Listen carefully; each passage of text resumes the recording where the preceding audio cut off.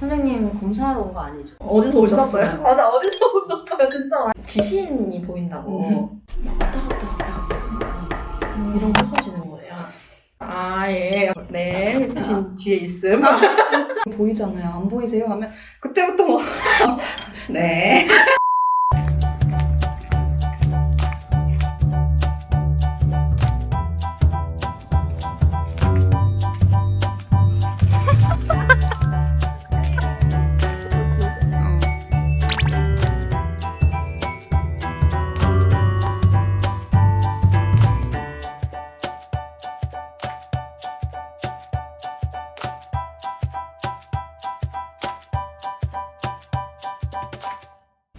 심리실 언니들 은쌤 봄쌤입니다.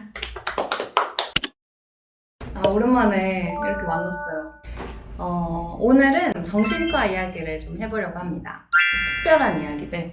지금 봄쌤은 정신과에서 일을 하고 있잖아요, 그렇죠? 네, 브이로그에서 밝혔듯이 이제 정신과 근무를 다시 시작하게 됐습니다. 우리가 조현병을 진단할 때 환청이나 망상은 꽤 많은데 환시를 호소하는 분들은 많지 않아요. 환시는 진짜 드물죠. 그러니까 환시를 보는 환자가 있긴 있었는데 보통 조현병이 이제 흔히 발병하는 나이대가 20대 후반, 30대 초반 막 이러잖아요. 60, 70대 돼서 갑자기 조현병이 발병하는 일이 잘 없단 말이에요. 잘 없죠.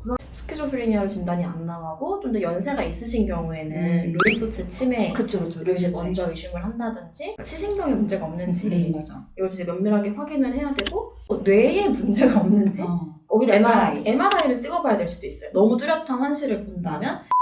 그런데 이분이 끊임없이 환시를 호소한다. 모든 물리학적인 검사를 마쳤는데도 특별한 이상이 보이지 않는다. 환시 외에는 다른 어떤 특정한 정신증적인 징후가 없다. 그리고 20대 초반, 초중반의 남성분이다. 그런데 그분이 병역의 의무를 아직 마치지 않으셨다. 모두가 그렇다는 건 아니에요. 그러나 의심해볼 필요가 있다.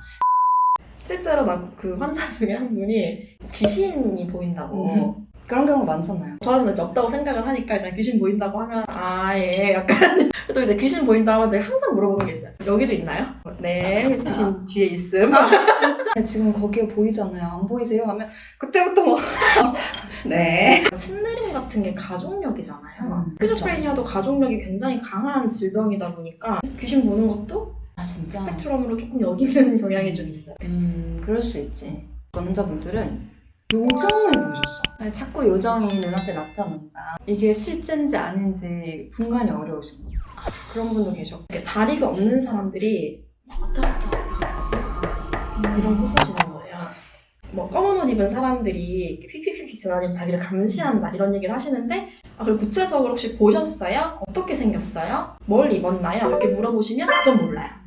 그래서 저희가 조현병 진단을 내릴 때도 그걸 꼭 여쭤보거든요. 들리거나 물건이 보이는지, 대상이 보이는지 아니면 대상이 보이는 것 같거나 소리가 들리는 것 같은 느낌이 드시는지 꼭 여쭤보잖아요. 맞아요. 진짜 중요하거든요. 그러니까 이거를 왜 여쭤보고 이게 왜 중요하냐면 정서장애와 함께 동반되는 경우에는 정신병적인 증상이 아니라 정서장애 때문에 잠시 오는 혼란이나 인지적 왜곡일 수 있거든요. 감별이 꼭 필요합니다. 한참 그런 것도 많지 않아요? 하느님으로부터 어떤 음성을 듣고 콜링을 받는 거야. 하느님이 시켜서 막 이런 행동들을 막 하는 거예요. 저는 그거는 못 들어봤어요. 그래요? 종교를 항상 가지고 계신 분들 진짜 많지 않아요?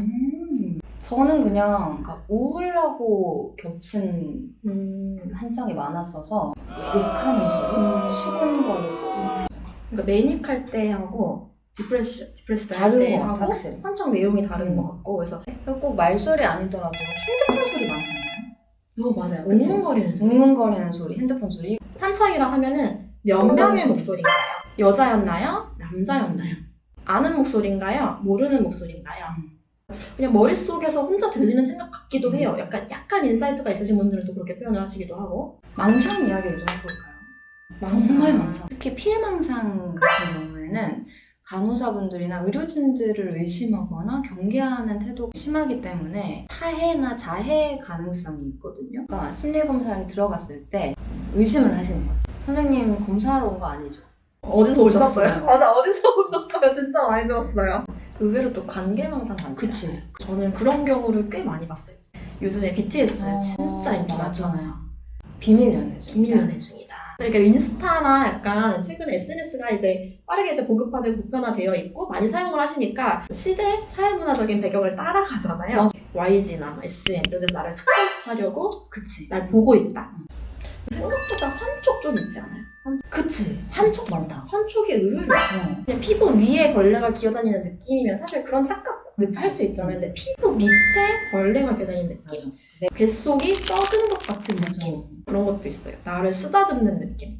한청, 한시, 망상 그 어느 거 하나 힘든 게 없지만 한촉은 신체적인 감각과 관련되어 있다 보니까 더 고통이 몇 배는 되는 것 같아요. 재미난 이야기거리가 아니라 얼마나 실제로 고통을 받고 있는지를 좀 알고 계셨으면 좋겠다는 생각을 했어요. 정신과 병원이 드라마에 나오는 것처럼 기괴하거나 역동적이지는 않거든요. 한청, 한시, 망상만으로 가득한 곳은 아닙니다. 그러니까 진짜 우리가 좀 위험하다고 여기는 굉장히 액티브한, 증상이 액티브한 상태에서만 그런 거고 약물치료를 통해서 증상을 잘 관리하고 일상생활도 또 하면서 맞아. 살아가는 것 같기도 해요. 그리고 생각해보면 의외로 좀 흔하지 않아요. 그치. 그러니까 왜냐면 정서장애로 인해서 오는 경우가 더 많잖아요. 누구나에게 일어날 수 있는 일이다. 진짜. 저희가 이런 정신병적 증상들을 조기 진단 그리고 치료가 얼마나 중요한지에 대해서도 이야기를 나누고 싶었고 뭐 그런 증상들이 혹시 나타나거나 주변에 이제 갑자기 이제 좀 행동에 급격한 변화를 이제 보이시는 분이 계시다면은 정신과 진료를 꼭 권유하시기를 바라고 이런 게 또 굉장히 또 약물 치료로 빠르게 이제 관리가 가능하니까 맞아요. 병원을 주저하지 않고 찾아오셨으면 좋겠어요.